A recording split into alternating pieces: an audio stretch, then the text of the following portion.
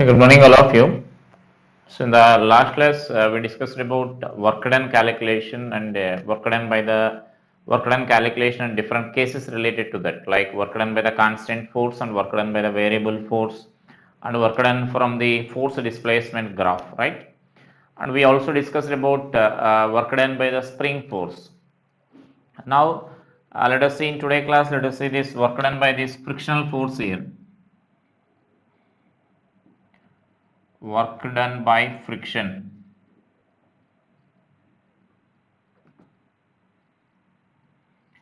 So in that, first let us discuss about work done by the static friction here.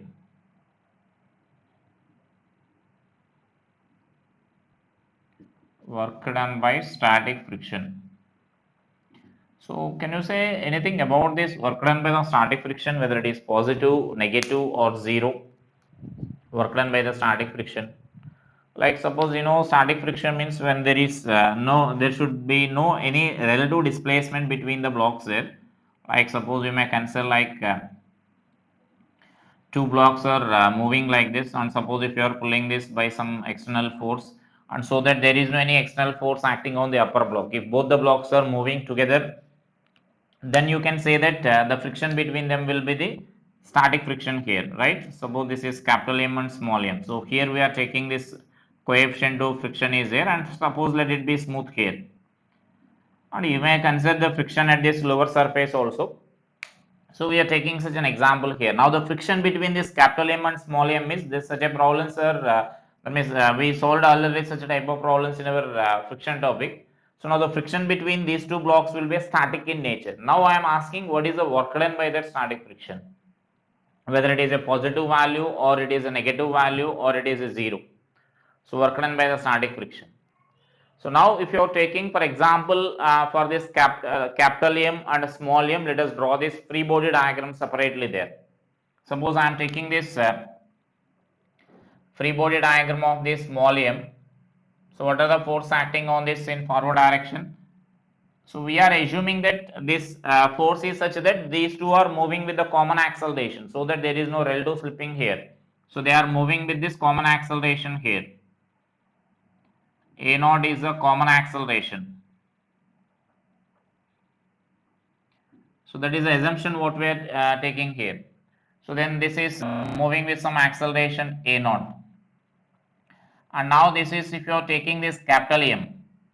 For this capital M, this applied force is there along this direction. Now this frictional force will be there along this direction here. And so now this block is also moving with some acceleration, say a naught. And so now if I ask work done by the static friction, now this is nothing but our static friction here, because there is no relative slip here.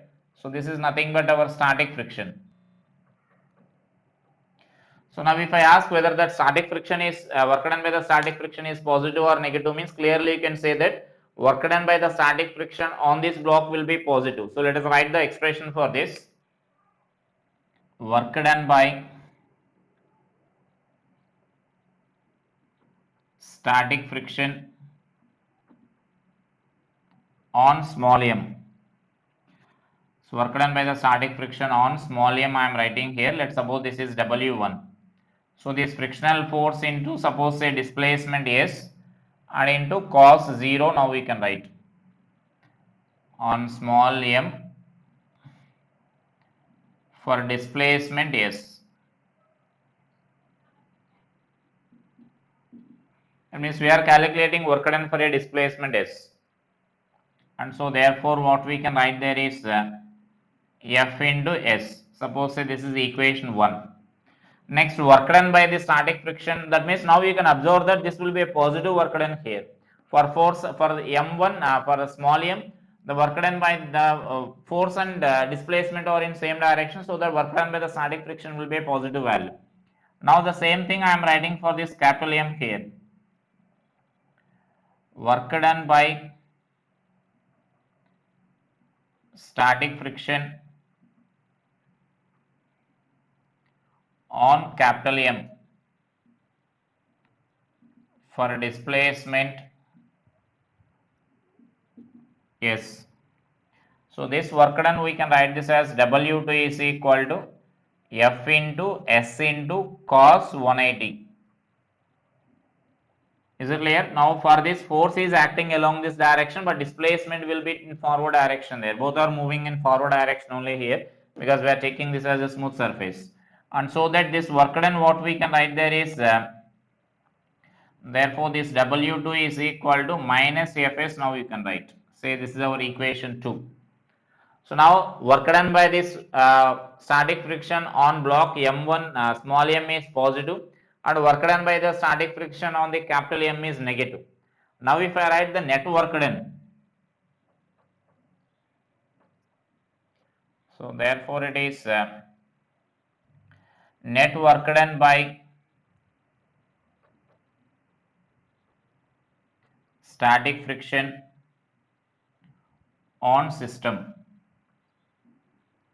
Net work done by the static friction on system.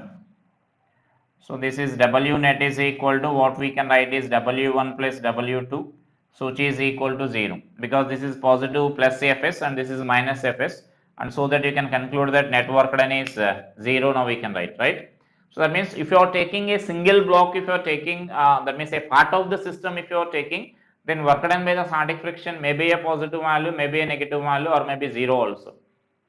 So that means 0 in the sense, if suppose the block is there on the surface and if you are pulling this block but it doesn't slide, we are applying a force such that less than this limiting friction if I apply here, then here the block will remain at rest only, right? And so there is no displacement, but the friction force will be there acting along this direction here on the block. So in such a cases, the work done by the static friction is 0. So on the block if you are taking here, right? So on a part of the system if you are taking, then work done by the static friction may be positive, may be negative, or maybe 0. And if you are calculating the net work done by the static friction on a whole system, then it will be 0. So that is the thing you need to mention here, or you need to remember there. So finally write the conclusion. Therefore work done by the static friction on a single block or a part of a system, work done by the static friction on a single block or a part of a system may be positive,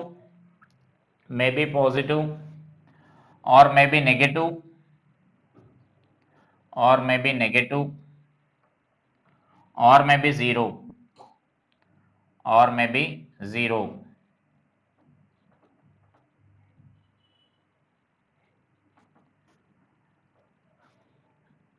Next point, the work done by the static friction on the whole system is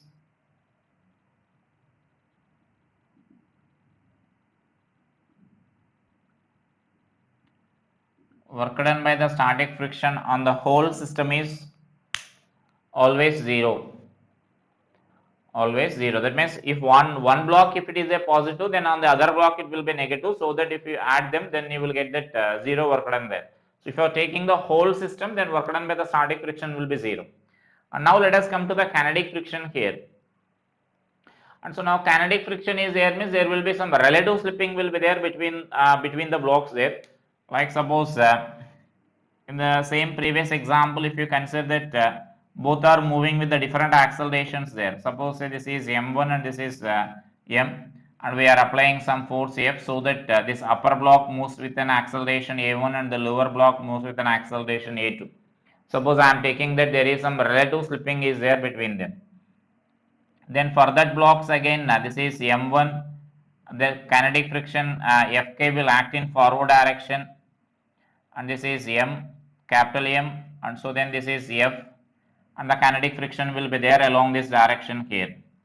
And here the thing you need to observe there is both are having, even though it is appears similar to that of our previous case, but the important thing here is both are moving with this in this previous example, both are moving with the common acceleration, but in this both will move with the different accelerations there, because there is some relative slipping is there between them, right? And so when there is some relative slipping is there, even though the directions of the forces will appears to be same as that of our previous case, but here the work done on this block is positive and work done on this block is negative, but both are different in magnitude. The work done on small m and work done on the capital M will be different there, right? And so that because the difference is because of displacement, as the accelerations are different for both of them, the displacements will be different for both of them. So that means if I write this work done by the, I will mention here work done by the static, kinetic, work done by the kinetic friction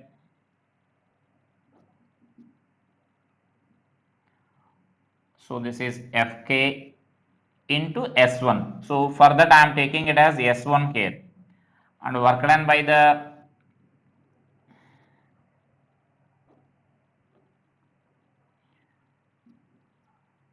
so that means work done by this this is again Fk, but displacement will be different here. Even though frictional force is different, so then work done by this, net work done by this system will be negative, you will get.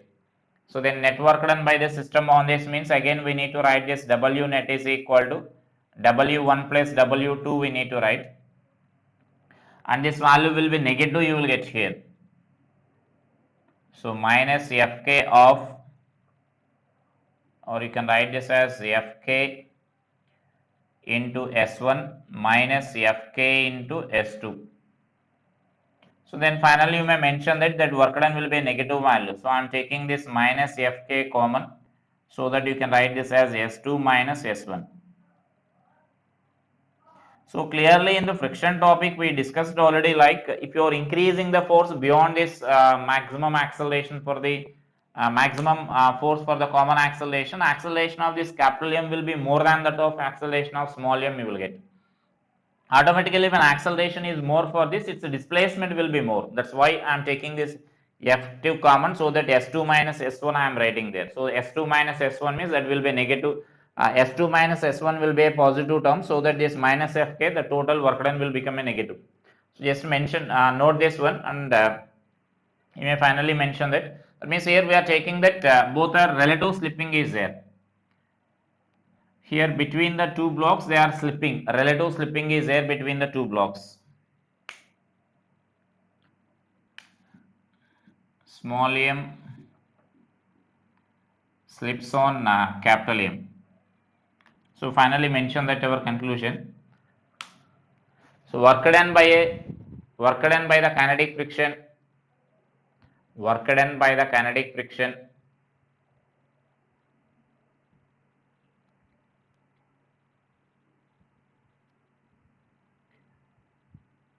on a single block or a part of the system, on a single block or the part of a system, or a part of a system may be positive or may be negative,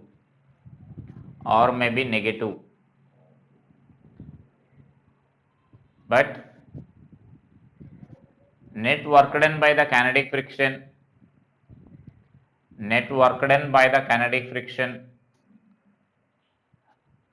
on the entire system is negative,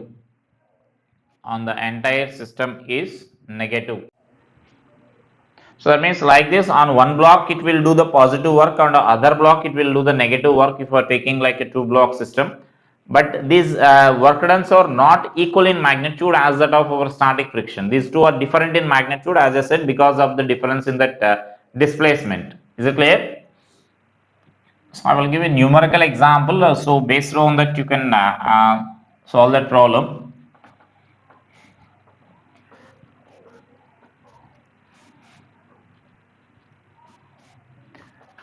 So just write a problem here.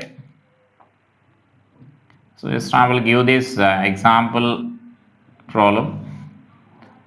This is say mass of this block is 2 kg and mass of this block is 4 kg, and here the coefficient of friction I am taking it as some 0.4, right? And so now here what I am taking here is here we are applying some force here.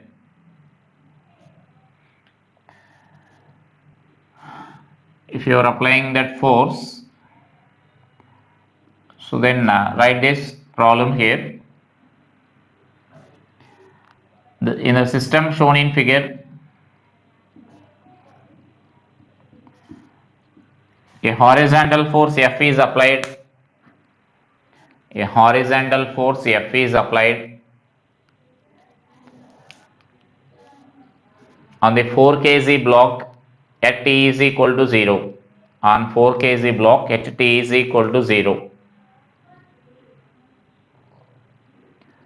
Find work done by the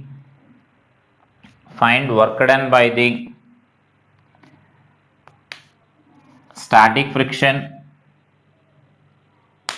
work done by the friction. It may be static or kinetic, you need to decide. Work done by the friction,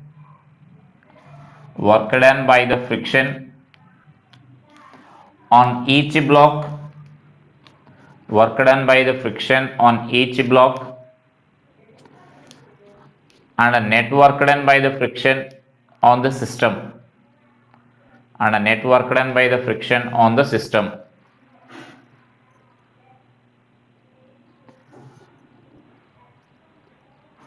From T is equal to 0 to T is equal to 2 seconds. T is equal to 2 seconds, right? Next, find net work done on the whole system. Find net work done on the whole system from T is equal to 0 to T is equal to 4 when, now these values are given here, when F is equal to 10 newtons, so let it be 18 newtons, when F is equal to 18 newtons, and the second one is when F is equal to 36 newtons, right? So for these two forces, when F is equal to 18 newtons, you need to do that problem. What are the two questions I asked? Work done by the friction on each block and net work done by the friction. And the second question is net work done by the network done on the whole system I asked there. Like that includes that work done by the friction or whatever the other forces acting. You need to mention that you need to consider the work done by all forces, and that net work done you need to write there, right? And then in the similarly, when it is force is you need to do all those calculations when applied force is 18 newtons and when applied force is 16 newtons. So there you need to think, or you need to identify when 18 newtons is acting on the system, whether the friction is kinetic friction or static friction, and similarly when the force is 36 newtons, when the force is kinetic friction or static friction, right?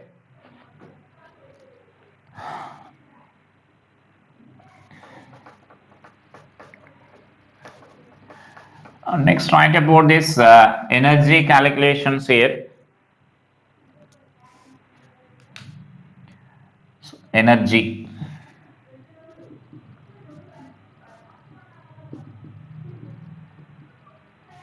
So energy means, all of you know the definition of this energy. The ability to do work or capacity to do work is nothing but we call the energy, right? So that means if a body is possessing some energy, means definitely that body is able to do some work. It can do some work. So that ability to do work is nothing but we define it as energy.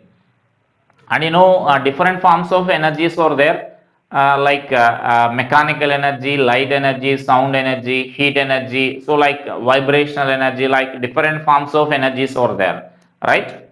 And so then here in this topic we confined our energy, means we confined to our mechanical energy there.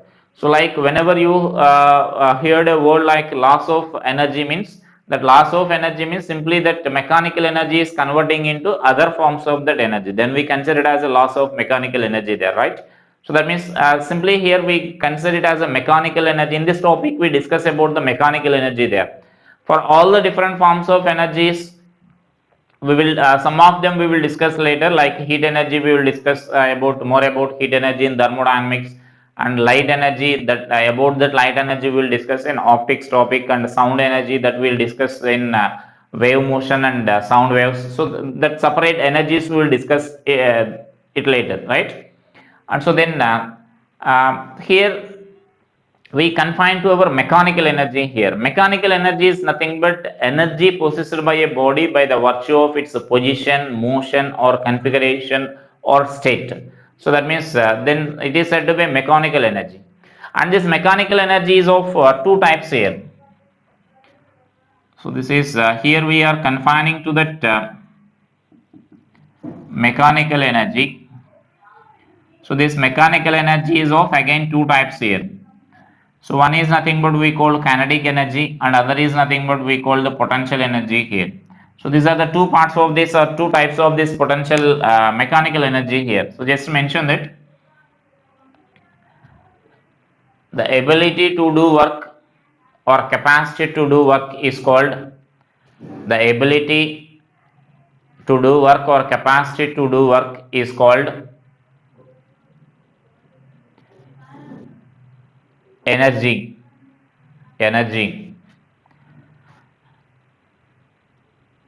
There are different forms of energies.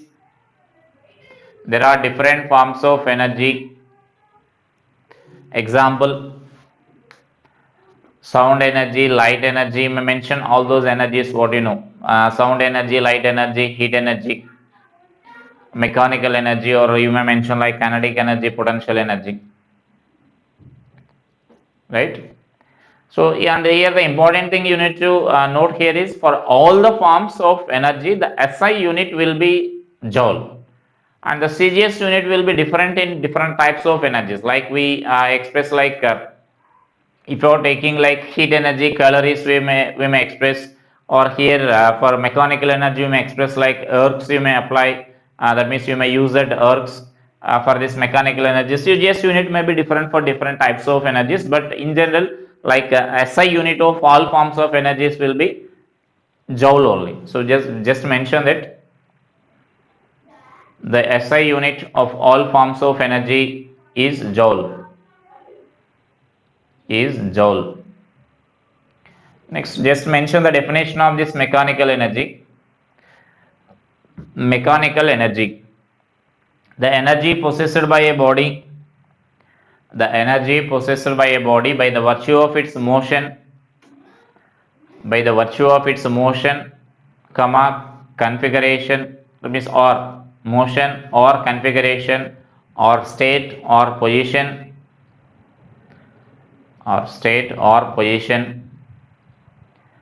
is called mechanical energy. It is of two types.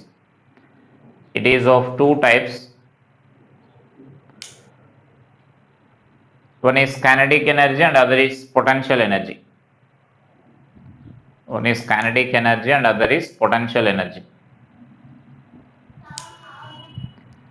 And energy is a scalar or vector quantity.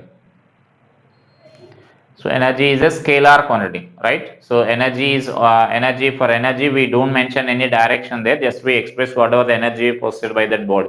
So energy is a scalar quantity. You may mention that. And here first we will discuss about this kinetic energy, and after that we will go for this potential energy, because before going to that potential energy we should introduce some other words like conservative force and non-conservative force. So first let us discuss about this kinetic energy here.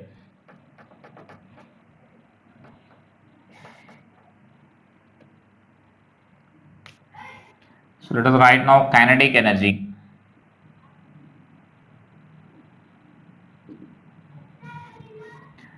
So just we say here kinetic energy is nothing but energy possessed by the body by the virtue of its motion.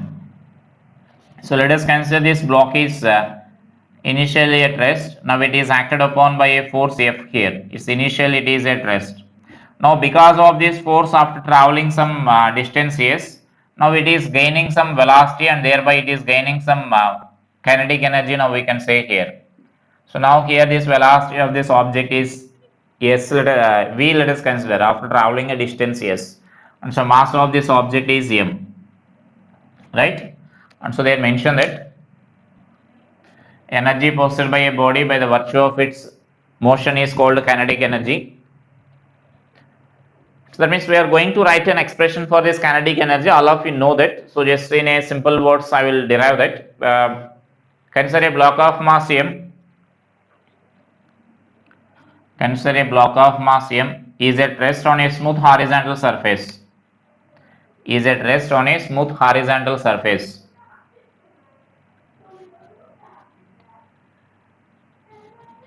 It is pulled horizontally by a constant force F through a distance S, such that it acquires a speed V. Then amount of work done by this force, will stores as kinetic energy in that object. Right? And so now we need to calculate our work done here. So for work done, just I am writing like this.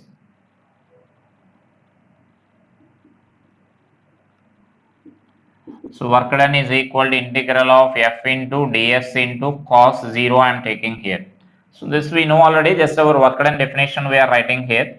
So therefore this work done is equal to, I can write this as MA into ds into cos 0. So therefore you can do without integration also, because I mentioned that as a constant force, and I am just writing by integration. Without integration also you can do that. So then this A value I am writing it as V into dV by ds. Is it clear? This is our A value, and into ds. And so then ds and ds term will be cancelled, and therefore I can write this as m of integral of V into dV you can write, and this is from 0 to V. And therefore this work done is equal to half into m into V square you will get, like V square minus 0 you will get. Therefore this amount of work done is nothing but we are saying it as kinetic energy here.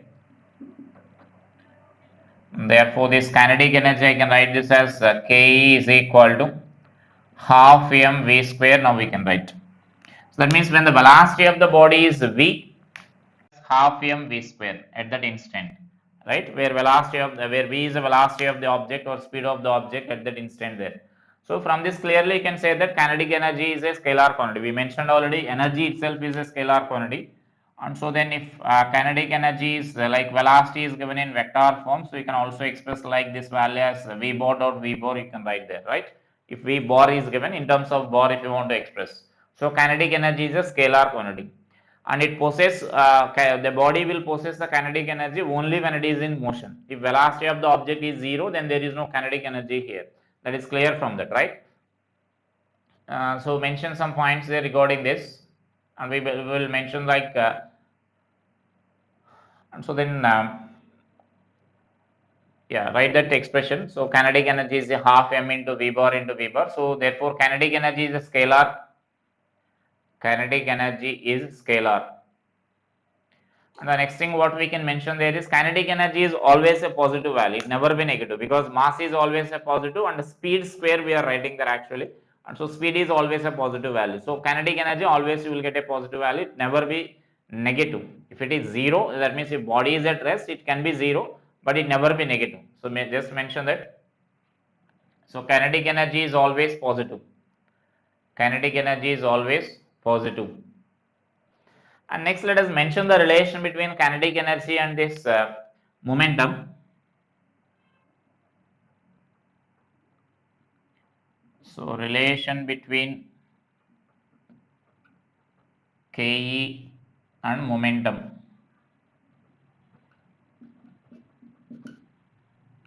So if you are writing that relation, simply you can express this as kinetic energy. Kinetic energy is equal to half m V square, and so this value we can express this as m square V square by 2m, and therefore this kinetic energy we can write this as P square by 2m. So this is our relation here, right?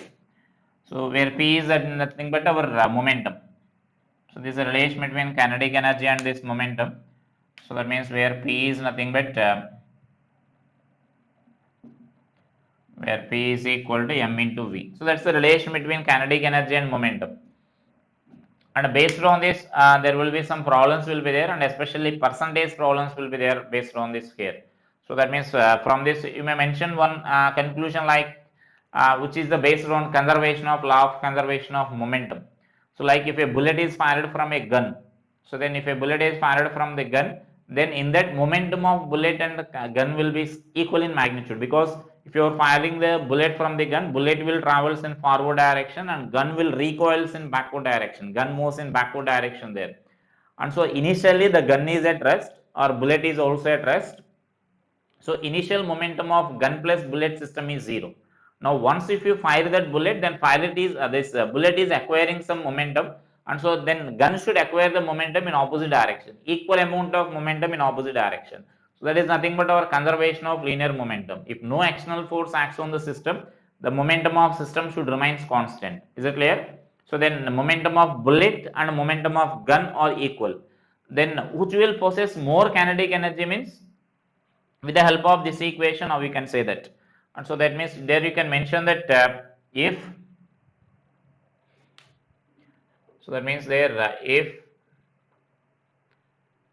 P is constant, then you can mention it as kinetic energy is inversely proportional to mass. So that means that is if momentum is constant, if there's such a condition is there, if momentum is constant, then you can say that a kinetic energy is inversely proportional to mass. But whereas if speed of the objects are constant, if you are comparing kinetic energy of the two objects such that speed is constant. When speed is constant, you need to use this equation, half mv square equation you need to write, and then half this kinetic energy is directly proportional to m you will get. So that depends on the given condition. If it is momentum is constant, inversely proportional to mass you will get. If speed is constant, then you will get directly proportional to mass. And for that, write that example also there. If a bullet is fired from, after this, if a bullet is fired from a stationary gun, if a bullet is fired from a stationary gun,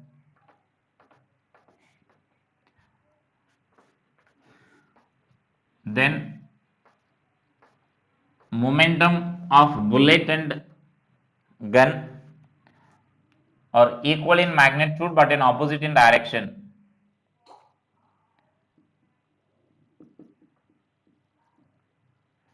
Momentum of bullet and gun are equal in magnitude and opposite in direction.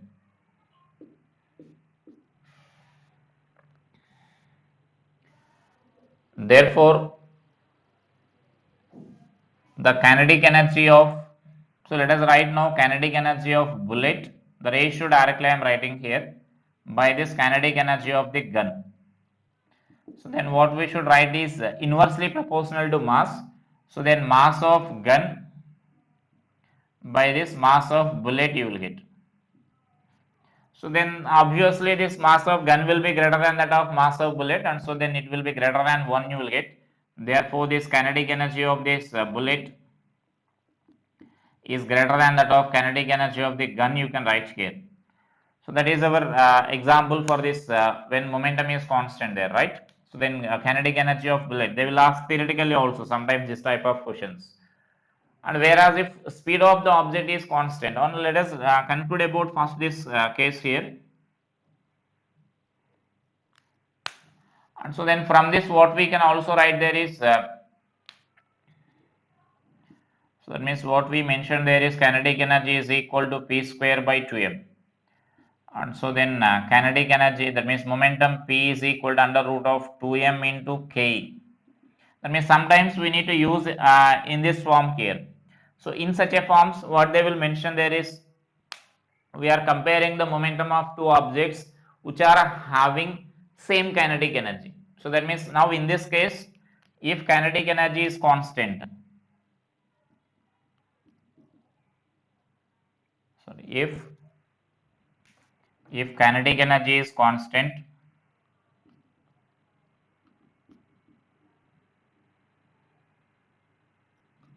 and what's the relation between momentum and mass? Momentum is directly proportional to under root m. In general, our relation is p is equal to m into v. That means if velocity is constant, you will get another relation. If velocity is constant, then you will get relation like p is directly proportional to mass you will get, right? But here if kinetic energy is given as constant, then this is the relation what you need to write here. Is it clear? So then based on the given condition, the dependence will changes there, whether it may be directly proportional to mass, momentum may be directly proportional to mass, or it may be directly proportional to root m or square root of mass. So that depends on the given conditions there, which they are maintaining this constant, right? And based on this percentage type questions will be there. I hope all of you can solve these percentage type questions there.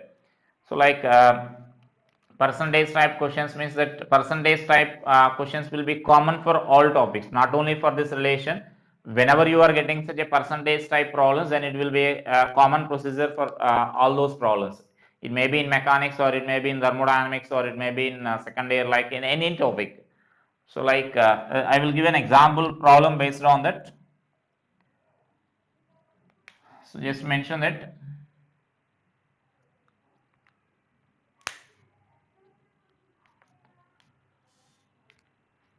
find uh, find percentage increase in kinetic energy of an object.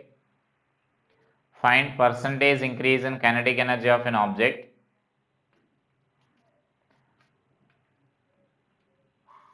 when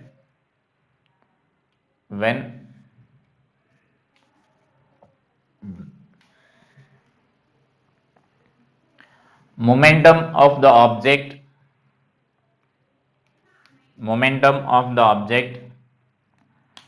is increased by 2%. The first one is 2%, and when it is increased by 20%, when it is increased by 20%. So that means one is 2% means it's a small percentage change, and other is 20 means we need to consider it as a large percentage change here.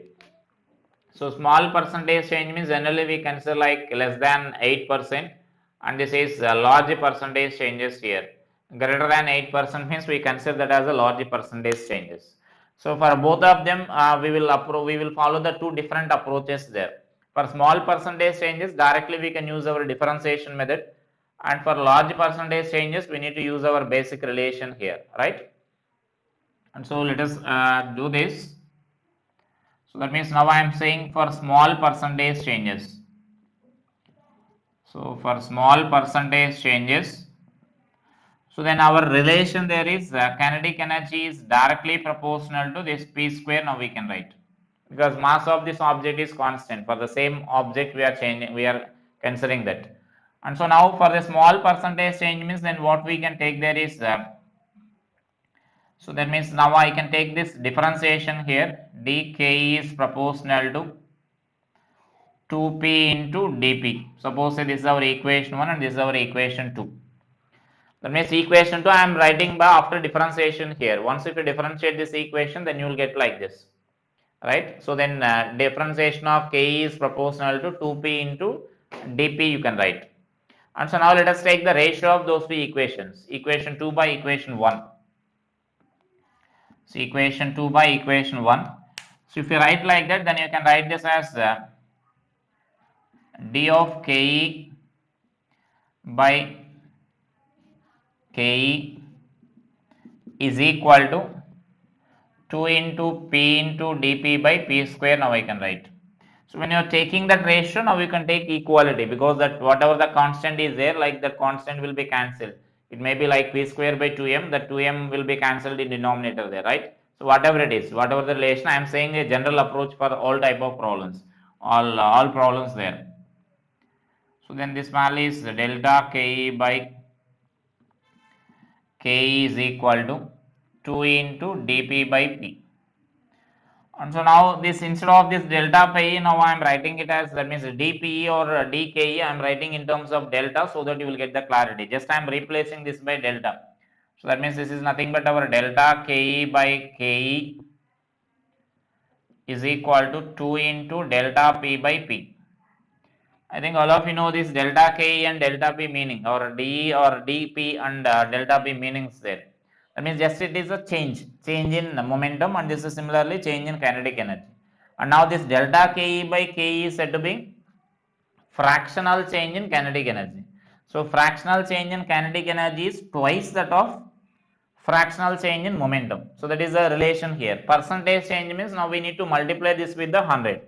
So therefore what we can write there is delta ke by ke into 100. This is equal to 2 into delta P by P into 100. And so now you can observe that this is nothing but our percentage change in momentum. So therefore percentage change in kinetic energy is twice that of percentage change in momentum. Now we can write there, right? So for small percentage changes, then this will be our relation here.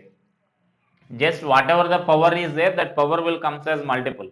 Like if suppose I am saying a general relation like y is directly proportional to x power n.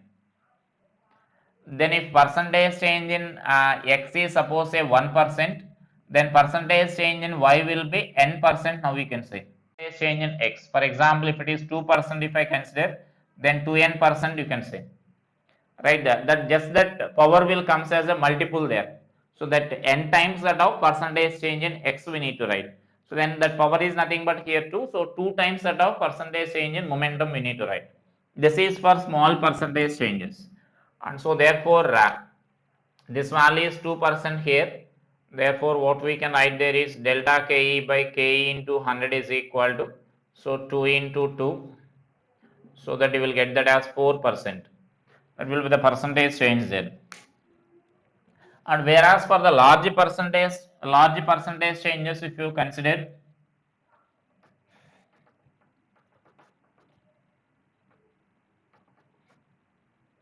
so let us consider for this large percentage changes, for large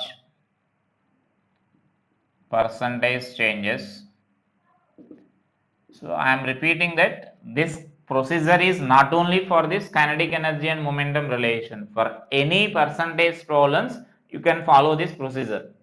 Like whatever the basic relation is there, we need to take that basic relation and then differentiation, take the ratio, then you will get fractional change relation, and from that percentage by multiplying with 100, then you will get this percentage changes. And so now for this we need to take this basic relation here. That basic relation is nothing but like our kinetic energy is equal to P square by 2m. So therefore our kinetic energy is directly proportional to P square. Now we need to take like our first equation. This is our basic equation there.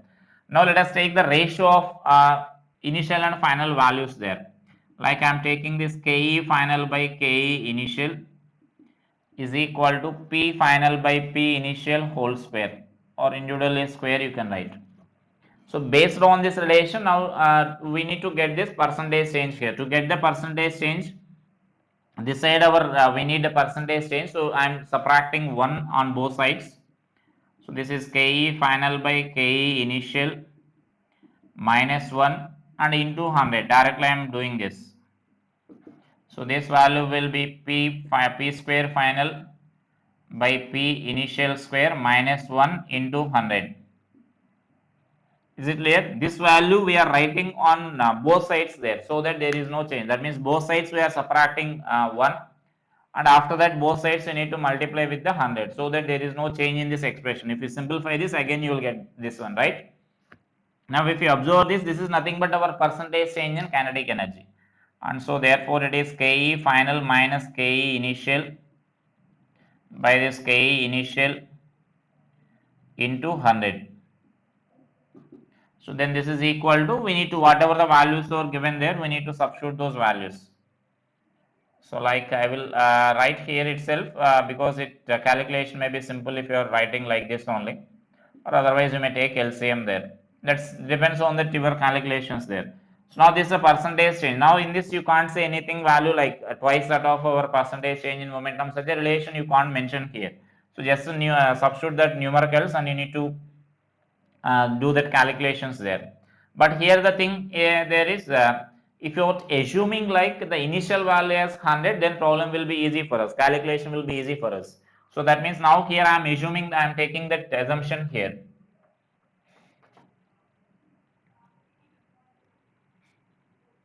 So that means what I am taking there is let P initial is 100 units. It may be like SI units you may mention just here, kg meter per second. Then P final will be, so for any physical quantity, as I said, it is a common procedure for any percentage problems, or in any whatever may be that physical quantity, you may assume that initial value is 100 SI units. then you can take the final value will be 100 plus. So whatever it is increasing by, that increase, whatever it is the percentage change, that percentage you need to add if it is increasing. But whereas if it is decreasing, then you need to subtract. Like suppose if momentum of the object is decreased by 10% if it is given, then 100 minus 10 we need to write. If it is decreasing, we need to subtract. If it is increasing, we need to add 100 plus that value we need to write. Is it clear? So assume the initial value as 100 in any problem. If for the large percentage changes, then you can do this calculation here. And so now this value is 120, you will get 120 kg meter per second. So now let us substitute those values here.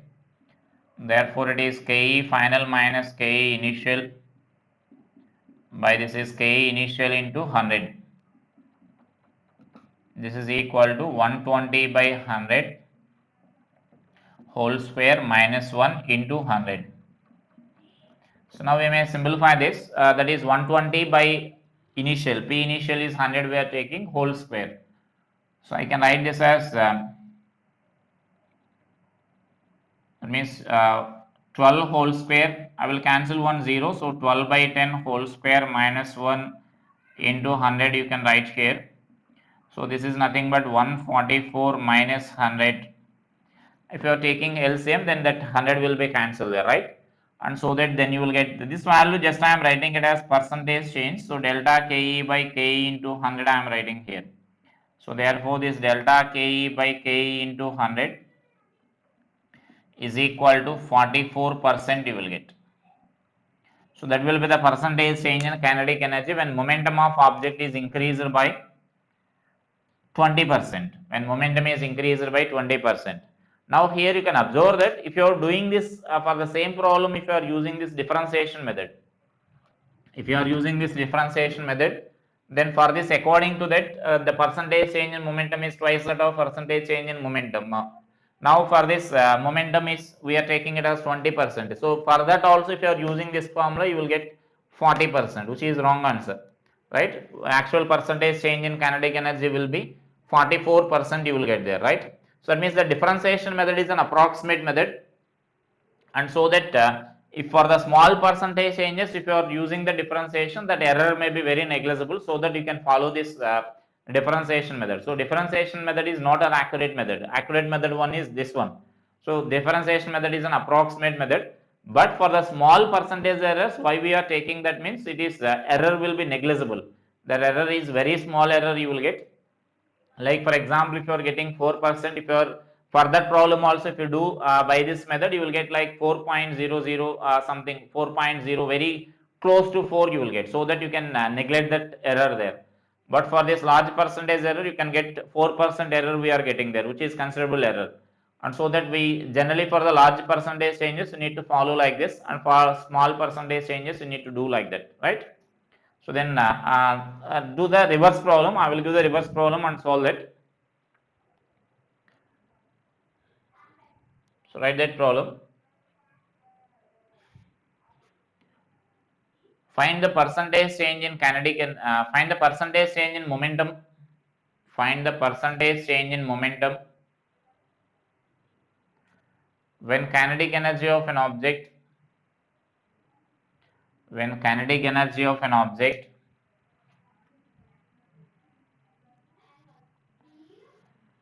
changes by increases by, when kinetic energy of an object increases by 2%, one is 2% and other is 44%. 2% and 44%. So now that means kinetic energy percentage change is given for us. Momentum percentage you need to do that same procedure, follow the same procedure, then you will get that percentage changes, right?